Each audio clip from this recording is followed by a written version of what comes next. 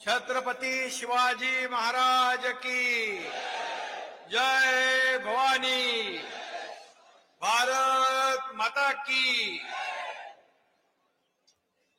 अच्छा, मला सांगितलं आढावा बैठक आहे, पण इकडे आल्यानंतर बघितल्यानंतर आपल्या बाबूरावच्या प्रेमापोटी सभेमध्ये रूपांतर झालं आणि येताना ते गाणं ऐकत होतो. काय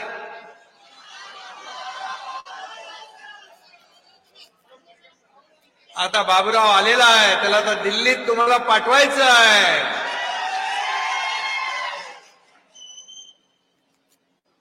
आणि म्हणून आजच्या या कार्यकर्त्यांच्या बैठकीला उपस्थित आपले मंत्री उदय सामंतजी, आपले सिने अभिनेते, तुम्ही भेटले का नाही त्यांना? गोविंदा, आपले लोकप्रिय सिने अभिनेते नेते, ते फक्त आपला प्रचार करायला नाही तर आपल्या बाळासाहेबांच्या शिवसेनेमध्ये त्यांनी प्रवेश केलेला आहे आणि मनापासून ते काम करतायत.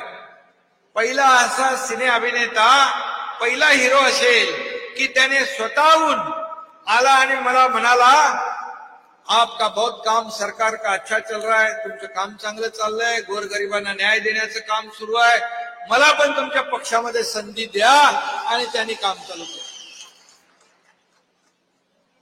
आनंद जाधव, भीमरावजी केराम, आपले आमदार तानाजी मुटकुळे, आमदार संतोष बांगर, आमदार उमरखेड नामदेवरावजी ससाने, आमदार वसमत राजीवजी नवगरे, शीतलताई म्हात्रे, माजी खासदार शिवाजीराव माने, गजाननरावजी गुगे, आपले गजानन गुगे आले तिकडे, आम्ही सोबत होतो, आपण सोबत होतो विधानसभेला, आणि उत्तमराव इंगळे, माजी आमदार उमरखेड, राजेंद्र नजरधने, माजी आमदार उमरखेड, रामरावजी वडकुते, माजी आमदार वडकुते साहेब कुठे गेले? ते आपल्या परभणीला जागा दिली तुम्हाला, आपले त्यांना पण निवडून आणायचं आपल्याला.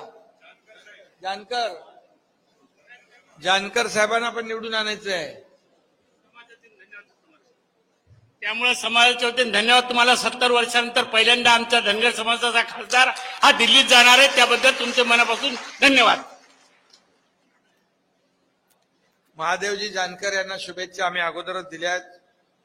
फुलाजीराव शिंदे, भाजपाचे अध्यक्ष किशोरजी देशमुख, भाजपा अध्यक्ष नांदेड, बीडी बांगर, राष्ट्रवादीचे जिल्हाध्यक्ष हिंगोली, रामदासजी सुमटानकर, आताच आपले त्यांचं भाषण झालं, त्यांनी उमेदवारी मागे घेतली, त्याबद्दल त्यांचंही मनापासून मी अभिनंदन.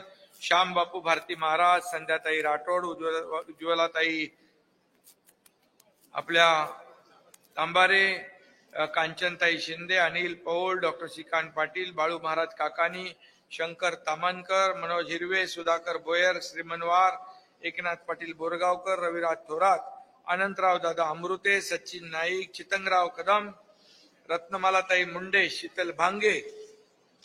बघा आपलं व्यासपीठ किती मोठं आहे. कोणी राहिला असेल तर सर्व सन्माननीय व्यासपीठ आणि उपस्थित ज्यांनी यामध्ये इच्छुक म्हणून इच्छा व्यक्त केली होती, परंतु जेव्हा महायुतीचा उमेदवार ठरल्यानंतर त्या सगळ्यांनीच आपले उमेदवारी अर्ज मागे घेतले, त्यांचं मी मनापासून अभिनंदन करतो, मनापासून धन्यवाद देतो. त्यामध्ये मला वाटतं आपले डॉक्टर देवसरकर डॉक्टरही इच्छुक होते, आणि तिकडे आपले कोण ते आपले श्रीकांत पाटील आणि श्याम बापू श्यामबापू भारती, रामदास पाटीलजी, गजानराव घुगे, तर आपण मगाशी त्यांचं अभिनंदन केलं. मी रामरावजी वडकुते, इंगळे साहेब पण होते. या सगळ्यांचं, माने साहेब होते, मनापासून मी अभिनंदन करतो. आणि त्यांनी बघितलं, एक सर्वसामान्य शेतकऱ्याच्या कुटुंबातला मुलगा आज उमेदवार होतोय बाबूरावच्या रूपाने. त्यामुळे सगळ्यांनी एक दिलाने या ठिकाणी काम सुरू केलं. खरं म्हणजे बाबूराव यांच्या फॉर्म भरायला मी आलो होतो. मी पाहिलं की भर उन्हामध्ये, एवढा कडक उन्हाळा होता. गोविंदाजी बहुत तेज धूप थी, कडक उन्हाळा होता, पण माणसं बाबूरावच्या रथाच्या मागून चालत नाही तर धावत होती. हे प्रेम मी पाहिलं. किसको पडिए धूप में इतना. पण या ठिकाणी एक अलोट प्रेम त्या दिवशी पाहायला मिळालं. आणि खऱ्या अर्थाने जे काही एक सर्वसामान्य कुटुंबातला माणूस जेव्हा या ठिकाणी उमेदवार होतो, तेव्हा अशा प्रकारची परिस्थिती निर्माण होते. आज बांधवांनो आणि भगिनींनो, खरं म्हणजे बाबूराव हे विजयी पताका फडकवून 4 तारखेला दिल्लीला जाणारच आहे. 4 जून नंतर त्यांचा खऱ्या अर्थाने खासदार म्हणून त्यांचं काम सुरू होईल. परंतु आता बघितलं आपण, विदर्भ मराठवाड्यामध्ये शेतकऱ्यांच्या पिकांचं अवकाळी गारपिटीमुळे नुकसान होतंय. आणि गेल्या 2 वर्षामध्ये आपल्या सरकारने जेव्हा जेव्हा अवकाळी आली, अतिवृष्टी झाली, काही ठिकाणी दुष्काळ होता, पण जिथं जिथं नुकसान झालं तिथं तिथं सगळे नियम वगैरे सगळे डावलून आपण मदत केली. आता जरी निवडणुकांचा प्रचार सुरू असला तरी सुद्धा मी सकाळपासून सगळ्या अधिकाऱ्यांना स्वतः फोन केलेत. जिथं नुकसान झालंय तिथं जा, पंचनामे करा, शेतकऱ्याच्या मागे उभं राहा, त्यांना मदत करा, अशा प्रकारच्या सूचना मी दिलेल्या आहेत. कारण शेतकऱ्यांना आपण 2 वर्षात नुकसान भरपाई म्हणून 15,000 कोटी रुपये दिलेले आहेत. 15,000 कोटी रुपये. आणि इतर योजनांच्या माध्यमातून शेतकऱ्यांना म्हणजे दरवर्षी 6,000 रुपये, मोदी साहेबांचे 6,000, आपल्या सरकारचे 6,000, 1 रुपयामध्ये पीक विमा योजना देण्याचा निर्णय आपण घेतला. असे जवळपास 35,000 कोटी रुपये शेतकऱ्यांच्या खात्यात जमा करणारं हे पहिलं सरकार आहे आपलं. आणि म्हणून शेतकऱ्यांना कधी वाऱ्यावर सोडलं जाणार नाही. त्याच्या मागं हे सरकार उभं राहील. खरं म्हणजे बाबूराव हा बाळासाहेबांचा जो काय मंत्र आहे, हा बाळासाहेबांचा शिवसैनिक आहे. आणि बाळासाहेबांचा सच्चा कार्यकर्ता. 80% समाजकारण आणि 20% राजकारण हे करणारा कार्यकर्ता आहे. आणि अशाच गरीब कष्टकरी जो खासदार होतो त्याला गरिबाची जाण असते. मी आज मुख्यमंत्री आहे. मी देखील सर्वसाधारण कुटुंबातून या ठिकाणी मुख्यमंत्री झालो. आपल्याला माझा इतिहास माहित आहे, माझा प्रवास माहित आहे. आणि म्हणून सर्वसामान्य जी कार्यकर्ता जेव्हा प्रमुख होतो, मोठा होतो, त्यावेळेस सर्वसामान्य माणसाच्या वेदना त्याला माहित असतात. आणि म्हणून त्यांच्या वेदना आणि त्यांचे प्रश्न सोडवण्याचं काम हा बाबूराव प्रामाणिकपणे करेल, अशा प्रकारचं आपल्याला मी वचन देतो. खरं म्हणजे बाबूराव अगदी सरपंच, जिल्हा परिषद ते जिल्हा प्रमुख झाला. मला वाटतं मागच्या वेळेस तो निवडणूक उभा होता, निवडणुकीमध्ये उभा होता. थोडक्यामध्ये त्याचा निसटता पराभव झाला. पण जर शिवसेनेचा उमेदवार असता तर तो भरपूर मताने निवडून आला असता. मी त्या प्रक्रियेत होतो. पण फेसबुक लाईव्ह घरातून करणाऱ्यांनी त्याचं तिकीट कापलं. कारण प्रत्यक्ष फील्डवर त्यांना काही माहीतच नाही, ग्राउंडची परिस्थिती काही माहीत नाही. आणि बाबूरावचं तिकीट कापल्यामुळे एक आमदार आपला कमी झाला. असे अनेक तिकीट कापले गेले. म्हणून असे अनेक कार्यकर्ते बाबूराव सारखे वंचित राहिले, अनेक लोकांवर अन्याय झाला, शिवसैनिक खच्चीकरण होऊ लागलं आणि म्हणून या एकनाथ शिंदेने 1.5-2 वर्षापूर्वी जे धाडस केलं उठाव करण्याचं ते अख्ख्या जगाने पाहिलं. आणि म्हणून शिवसेना वाचवण्यासाठी, धनुष्यबाण वाचवण्यासाठी या सर्वसामान्य माणसाच्या, गोरगरिबा माणसाच्या जीवनामध्ये आनंद देण्यासाठी आम्ही सरकार स्थापन केलं. बाळासाहेबांच्या विचाराचं, शिवसेना भाजपा युतीचं.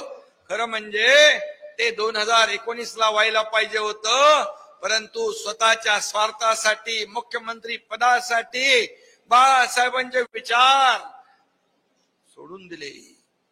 या महाराष्ट्रातल्या जनतेच्या मनामध्ये जे होतं त्याच्या विरुद्ध केलं. यांच्या विश्वासघात या आपल्या महाराष्ट्रातल्या जनतेचा केला आणि म्हणून आम्ही दुरुस्ती केली 1.5-2 वर्षापूर्वी. चुकीची दुरुस्ती आम्ही केली.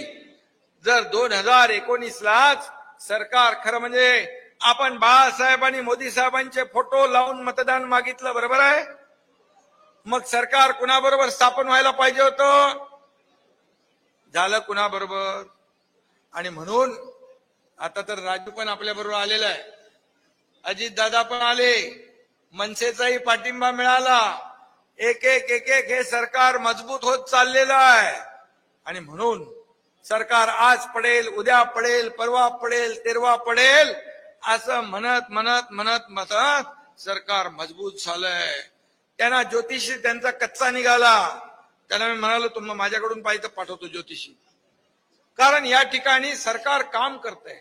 सरकार सर्वसामान्य माणसाच्या सुखदुःखामध्ये धावून जातंय आणि म्हणून त्यांचा टांगा पलटी करायला लागला. मला सरकार पलटवावं लागलं. आज या राज्यामध्ये आज आपण किती निर्णय घेतले, शेतकऱ्यांचे, कष्टकऱ्यांचे, कामगारांचे, माता भगिनींचे. माझ्या माता भगिनी इकडे आहे. एसटी मध्ये 50% सवलत दिली प्रवास करताना. माहित आता आमच्या माता भगिनी म्हणतात आपल्या पतिराजाला, तुम्ही थांबा, मी अर्ध्या तिकिटाचा बाजार करून येते. 50% सवलत दिली. ज्येष्ठांना आपण सवलत दिली. महिला सक्षमीकरण आपण करतोय. बचत गटांना दुप्पट अनुदान सुरू केलं. सीआरपीचं दुप्पट अनुदान सुरू केलं. ह्या सगळ्या गोष्टी ज्या आहेत, लेक लाडकी लखपती, 18 वर्षाच्या मुली होईपर्यंत 1 लाख रुपये तिच्या खात्यात जमा करण्याचा निर्णय घेतला. आज आपण वयोश्री योजना चालू केली. जे वयोवृद्ध आहेत त्यांना काठीचा आधार मिळाला पाहिजे, सरकारचा आधार मिळाला पाहिजे, हे आपण करतोय. आज उद्योग आपण आणतोय. आज उद्योग आपण आणल्यानंतर रोजगार मिळणार आहे. उद्योग मंत्री इकडे आहेत. मी दावोसला गेलो होतो, त्यावेळेस वर्ल्ड इकॉनॉमिक फोरम मध्ये गेल्या वर्षी 1,37,000 कोटीचे आपण करारनामे केले. जवळपास 70-80% कामं आता पुढे जात आहेत. या वेळेस गेलो 3,73,000 कोटी रुपयाचे आपण एमओयू साईन केले आणि तिकडून इकडे आल्यानंतर देखील 2 लाख कोटींचे, म्हणजे 5 लाख कोटीपेक्षा जास्त आपण रोजगार या ठिकाणी आणतोय. आज MIDC इकडे येते, राजूच्या इकडे येते, संतोषच्या इकडे येते. आता राजू तू मागणी केल्या, तुमची राहिली आहे, यांची राहिली आहे, हे पण करून टाका. आता खासदार झाल्यावर त्याची तर करायलाच लागेल. उद्योग हे देणार आहे, हे सरकार देणार आहे, रोजगार देणार, योजना देणार, लाभ देणार. आणि म्हणून राजू आता तुझ्याकडे MIDC झालेली आहे, तुझ्यातल्या लोकांना रोजगार मिळणार आहे. आता तू पण या बाबूरावच्या माग असा धावला पाहिजे की तुझ्या पण वसमत मधून 50,000चा लीड त्याला मिळाला पाहिजे. कारण तुमची दिल्लीतली कामं हक्काने बाबूरावला सांगू शकतो आपण. आणि म्हणून मगाशी राजूने सांगितलं ते मराठा समाजाला आरक्षणाच्या बाबतीमध्ये SCBC प्रमाणपत्र, मगाशी ती मुलं आली होती. मी आल्या इथून थेट फोन केले सचिवांना, थेट फोन केले गृह सचिवांना, त्याची मुदत वाढवून देण्यासंदर्भात, पोलीस भरतीची आणि त्याचबरोबर ते जे एसईबीसीचे प्रमाणपत्र आहे हे तात्काळ त्यांना मिळाले पाहिजे अशा प्रकारच्या सूचना आपण दिलेल्या आहेत. निवडणुका असल्या तरी सुद्धा ज्यांच्या जीवाचा ज्यांच्या खरं म्हणजे जीवन मरणाचा प्रश्न आहे त्याच्यासाठी हे सरकार उभं आहे. तुम्हाला मी सांगू इच्छितो, हा मुख्यमंत्री जाहीरपणे छत्रपती शिवाजी महाराजांची शपथ घेऊन मराठा समाजाला आरक्षण देण्याची शपथ घेतली आणि ते करून दाखवलं. 10% आरक्षण दिलं आणि इतर कुठल्याही समाजावर अन्याय न करता ओबीसी समाजाच्या आरक्षणाला धक्का न लावता आपण 10% आरक्षण राजीव विशेष अधिवेशन घेऊन दिलं. कोर्टामध्ये त्याच्या विरुद्ध लोक गेलेत, परंतु इम्पिरिकल डेटा आपण असा कलेक्ट केलेला आहे की प्रत्येक घराघरामध्ये जाऊन की मराठा समाज सामाजिक आणि शैक्षणिक मागास आहे हे सिद्ध करून दाखवलंय. त्यामुळे कोर्टात गेलेल्यांना देखील कुठल्याही स्थगिती मिळाली नाही आणि म्हणून हे टिकणारं आरक्षण दिलेलं आहे. कायद्याच्या चौकटीत बसणारं आरक्षण दिलंय. ओबीसीला धक्का लावता न लावता दिलेला आहे.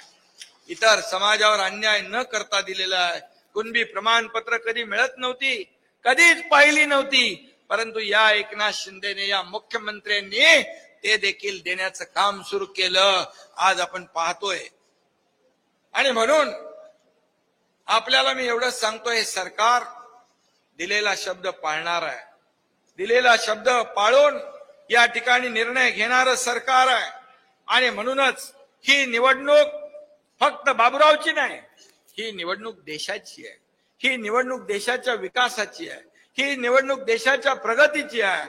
आणि ही निवडणूक आपल्या देशाला महासत्तेकडे घेऊन जाणारी निवडणूक आहे. आदरणीय प्रधानमंत्री मोदीजींची ही निवडणूक आहे. कारण तुम्हाला मी सांगतो, आतापर्यंत आपला देश 2014 पूर्वी आपला भारत देश बोलत होता, पण कोणी ऐकत नव्हतं. आता उलट झालंय. भारत बोलतो, मोदी बोलतात, पूर्ण देश ऐकतो, देश समजून घेतो. आणि ही परिस्थिती निर्माण झाली आहे ती केवळ आणि केवळ मोदी साहेबांच्या नेतृत्वामुळे, मोदी साहेबांच्या कामामुळे आपली अर्थव्यवस्था पूर्णपणे बदलली. जगातल्या अनेक देशांची अर्थव्यवस्था डबघाईला आलेली असताना मोदीजींनी 11व्या नंबरवरून 5व्या नंबरवर आपली अर्थव्यवस्था आणली. आता 3ऱ्या नंबरवर आणण्याचा निर्धार त्यांनी केलाय. आपलं राज्य परदेशी गुंतवणुकीमध्ये उदयजी 1ल्या नंबरवर आहे. गोविंदाजी, आपलं राज्य परदेशी गुंतवणुकीत 1ल्या नंबरवर आहे. जीडीपी मध्ये आपण पुढे आहोत. आज आपल्या महाराष्ट्रामध्ये 8 लाख कोटीचे इन्फ्रा प्रोजेक्ट चालू आहेत. आज आपल्याकडे उद्योग येत आहेत. आज आपल्याकडे लोक विश्वासाने पाहत आहेत. पहिले लोक आले उद्योजक की म्हणायचे तुम्हाला काय पाहिजे, किती जमीन पाहिजे, काय सवलत पाहिजे, सगळं विचारत होते. नंतर शेवटी विचारायचे आमचं काय बोलल्यावर तो पळूनच जायचा. आता आम्ही सांगितलंय तुम्हाला रेड कार्पेट, तुम्हाला सबसिडी, तुम्हाला सिंगल विंडो क्लिअरन्स. मी उद्योग मंत्र्यांना सांगितलंय एकही उद्योग त्याला मदत मिळाली नाही म्हणून परत जाता कामा नये. ही काळजी आपण घ्यायची आहे. आणि म्हणून उद्योग आले तर आपल्याला न्याय मिळणार. हा समृद्धी हायवे आपण केलाय. समृद्धी हायवे किती लांब आहे तुमच्यापासून?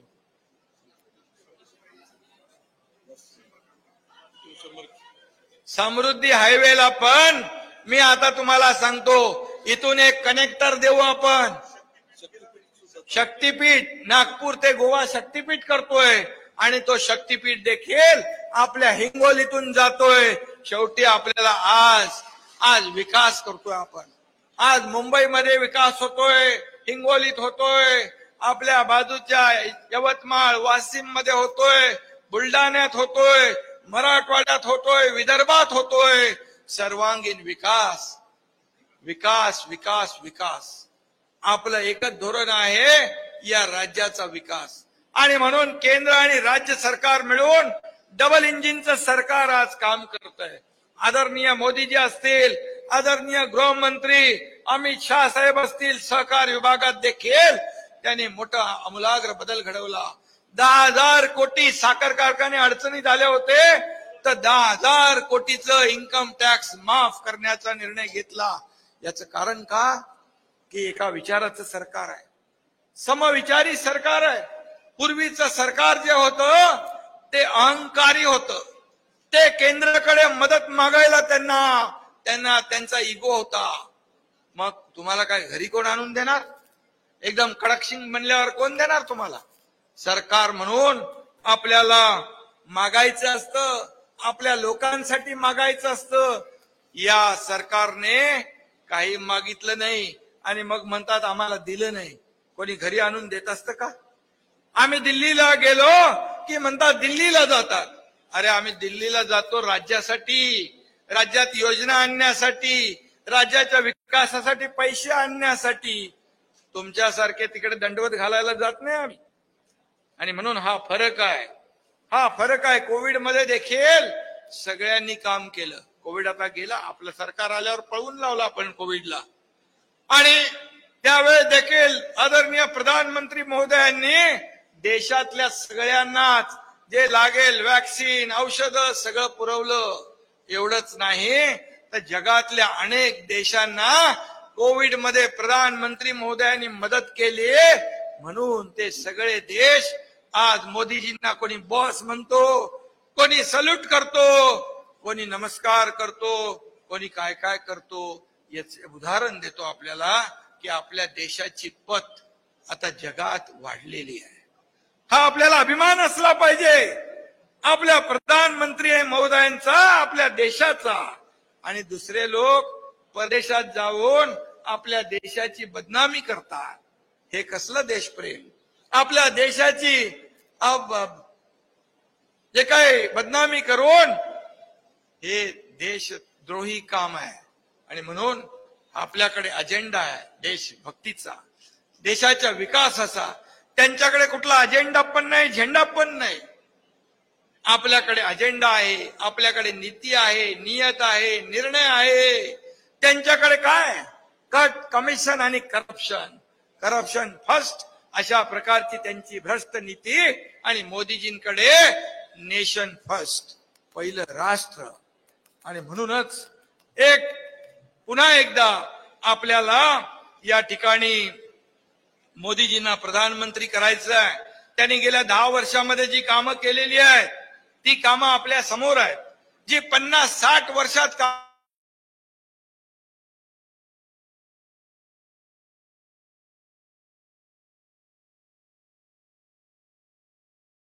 माहोल तयार झाला, एक मोदीमय वातावरण तयार झालं. सगळे मोदी मोदी मोदी करू लागले आणि जनतेने त्यांना गॅरंटी दिलेली आहे. पुन्हा एकदा तिसरी बार, अबकी बार आणि फिर एक बार हे निर्णय घेतलेला आहे आपण. आणि म्हणून त्याच्यामध्ये 400 मध्ये हा आपला बाबूराव पण पाहिजे ना. 400 मध्ये बाबूराव पाहिजे ना आपल्याला. आणि म्हणून मी आपल्याला एवढंच सांगतो की आपल्या सरकारने पोरादेवी बंजारा समाजाची काशी जी आहे पोरादेवी, 700 कोटी रुपये आपण दिले. 700 कोटी रुपये कुठल्या सरकारने दिले होते? आपल्या सरकारने दिले. अनेक समाज इथं आहेत. या सर्व समाजाला पुढे आणण्यासाठी आपण काम करतोय. आणि म्हणून विरोधकांच्या पायाखालची वाळू सरकलेली आहे की त्यांना काय करावं हे सुचत नाही. मोदीजींना 2014 साली त्यांनी विरोध केला, 2019ला विरोध केला. 2019ला तर विरोधी पक्ष नेत्याचे एवढे आकडे पण त्यांचे आले नाहीत. 10% त्यांना विरोधी पक्षासाठी एकूण खासदारांच्या संख्या लागते, ते पण आले नाहीत. आता 2024 साली पण तोच प्रकार त्यांनी केलाय. सगळे एकत्र आले, मोदी द्वेषाने पछाडलेले आहेत, मोदी द्वेषाने पीडित आहेत. पण जे जेवढा आरोप मोदींवर करतील, जेवढ्या शिव्या शाप मोदींना देतील, तेवढी ही जनता मोदीजींच्या बाजूने जाते. आणि म्हणून येणाऱ्या या निवडणुकीमध्ये आपल्याला प्रत्येकाला आपला खासदार निवडून द्यायचा आहे. मोदीजींनी त्या दिवशी भाषणामध्ये सांगितलं, बूथ लेवल वर काम करा. बूथ लेवल निवडणुकीमध्ये महत्वाचं आहे.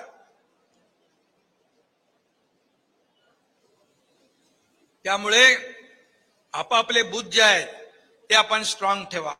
आपल्या बूथवर काम करा. तुमच्या बूथवर किती उन्हाळा आहे, गरमी आहे, तरी सुद्धा आपल्या बूथवरची माणसं सकाळी सकाळी मतदानाला आणण्याचं काम करावं लागेल. कारण मतदान जास्तीत जास्त होणं गरजेचं आहे. आणि म्हणून निवडणुकीच्या प्रचारामध्ये तर आपल्याला वेळ द्यायचाच आहे. आणि बाबूराव तर तुमच्या सेवेसाठी आहेच. आमदार देखील इकडे आहेत. आमदारांची देखील ही रंगीत तालीम आहे. जिल्हा प्रमुख असतील, जिल्हाध्यक्ष असतील, तालुका अध्यक्ष असतील, सगळ्यांची रंगीत तालीम आहे. आता या निवडणुकीमध्ये तुम्ही किती मताधिक्य देताय हे तुमची टेस्ट आहे. बरोबर ना, परीक्षा आहे. जेवढी मेहनत तुम्ही, कारण लगेच निवडणूक आहेत, पुन्हा लगेच निवडणुका आहेत विधानसभेच्या. त्यामुळे ही लिटमस टेस्ट आहे आमदारांची पण आणि पदाधिकाऱ्यांची पण आणि तुम्ही कार्यकर्त्यांची पण. आणि म्हणून कार्यकर्ता बाबूराव मरमर काम करतो. कार्यकर्ता आपल्या उमेदवारासाठी, मग लोकसभेचा असू दे, विधानसभेचा असू दे, त्याच्यासाठी मरमर काम करतो. कार्यकर्ता माझा बाबूराव करतो. आणि बाबूराव निवडून आल्यानंतर बाबूरावने पण या कार्यकर्त्यांच्या सुखदुःखामध्ये उभं राहिलं पाहिजे. त्यांचं पोलीस स्टेशन काम असेल, त्यांचं कलेक्टर कचेरीचं काम असेल, त्यांचं हॉस्पिटलचं काम असेल, काही अडचण असेल, अर्ध्या रात्रीला हा बाबूराव तुमच्या हाकेला धावून आल्याशिवाय राहणार नाही.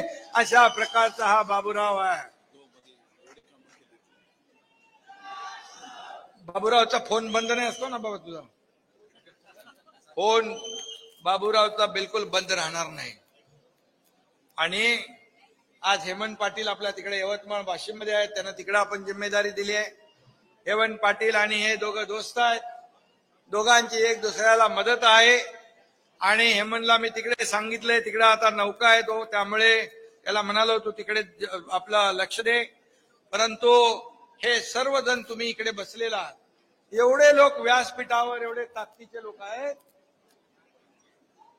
आणि हे समोर एवढे कार्यकर्ते आहेत. हे कार्यकर्ते भिडले ना तर समोरच्याचं डिपॉझिट गुल झाल्याशिवाय राहणार नाही. आणि म्हणून बघा, आपण पेनगंगा नदीवर पुलाच्या बांधकामासाठी 7 ब्रिज केलेत, 350 कोटीचे. त्याचबरोबर हे कुठला रे बाबा, पुलाची नाव आहे साप्ती ते दिवट पिंजरी 55 कोटी, भाटेगाव ते कारखेड 55 कोटी, वाकी ते तळणी पुलाचं काम 25 कोटी, कवठा ते 30 कोटी, वाणेगाव ते तिवरंग पुलाचं काम 30 कोटी, धोत्रा ते देवसरी पुलाचं काम 60 कोटी, बाबनी फाटा ते तळणी सिमेंट रोड 105 कोटी. आणि हदगाव बसताना गाळ्याचं बांधकाम होतंय. 30 बेडचे 2 ग्रामीण रुग्णालय आपण मंजूर केलेत, 2 प्राथमिक आरोग्य केंद्र मंजूर केलेत. त्याचबरोबर उच्च पातळी बंधारे 7 आपण केलेत. 1,500 कोटींचे. कधी झाली होती एवढी कामं?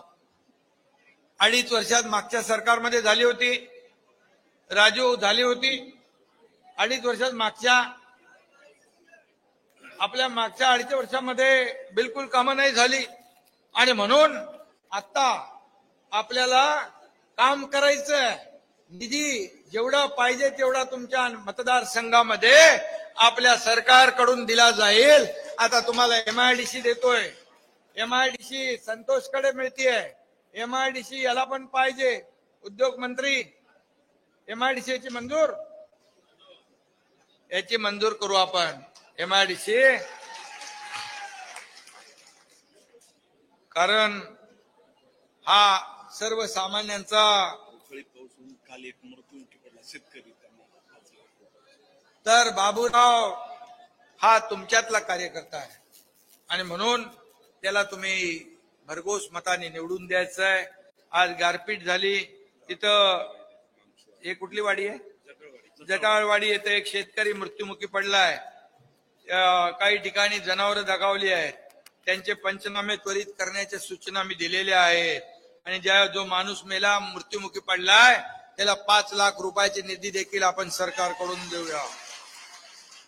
शेवटी हे सरकार जे आहे सर्वसामान्यांचं आहे, हे आपलं सरकार आहे. हा मुख्यमंत्री हा तुमच्यातलाच मुख्यमंत्री आहे, एक सर्वसामान्य कुटुंबातला आहे. मला एकच आपल्याला मी सांगतो की मी कालही कार्यकर्ता म्हणून काम करत होतो, आजही कार्यकर्ता म्हणून काम करतोय आणि उद्याही कार्यकर्ता म्हणूनच काम करणार आहे. आणि म्हणून मी आज दिवस रात्र काम करतो, लोकांमध्ये जातो, लोकांशी बोलतो, त्यांचं ऐकतो. हे ऐकून घेणारं सरकार आहे, ऐकून काम करणारं सरकार आहे.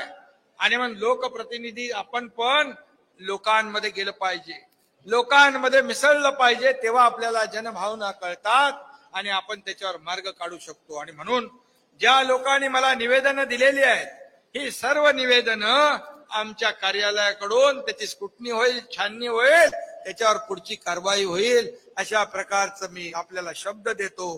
पुन्हा एकदा या देशाचे म्हणजे बाबूरावला मत, धनुष्यबाणाला मत म्हणजे मोदींना मत, धनुष्यबाणाला मत म्हणजे मोदीजींना मत, बाबूरावला मत म्हणजे देशाच्या विकासाला मत, आणि धनुष्यबाणाला मत म्हणजे देशाच्या प्रगतीला मत. म्हणजे जिकडे धनुष्यबाण आहेत, काही ठिकाणी आपले कमळ आहेत, आपली राष्ट्रवादी बरोबर युती आहे, तिकडे घड्याळ आहे. आणि म्हणून आपण महायुतीच्या, आपल्यावर रामदास आठवले आहेत, आपल्या बरोबर कवाडे साहेब आहेत, आपल्या बरोबर महाराष्ट्र नवनिर्माण सेनेचे राज ठाकरे साहेबांनी देखील आपल्याला सपोर्ट केलाय. हे सगळं जे आहे हे सगळं का होतंय? कारण मोदीजीच्या नेतृत्वावर विश्वास दाखवतायत. देश प्रगतीकडे चाललाय, देशात विकासाकडे चाललाय आणि म्हणून राज्यात देखील विकास प्रकल्प आपण पुढे आणतोय, बंद पडलेले प्रकल्पांना चालना देतोय, योजना देतोय. शासन आपल्या दारी आपला सगळ्यात लोकाभिमुख कार्यक्रम आपण करतोय. आणि म्हणूनच मी आपल्या सगळ्यांना शुभेच्छा देतो. पुन्हा एकदा मनापासून आपल्याला धन्यवाद. आणि आपला एकच नारा,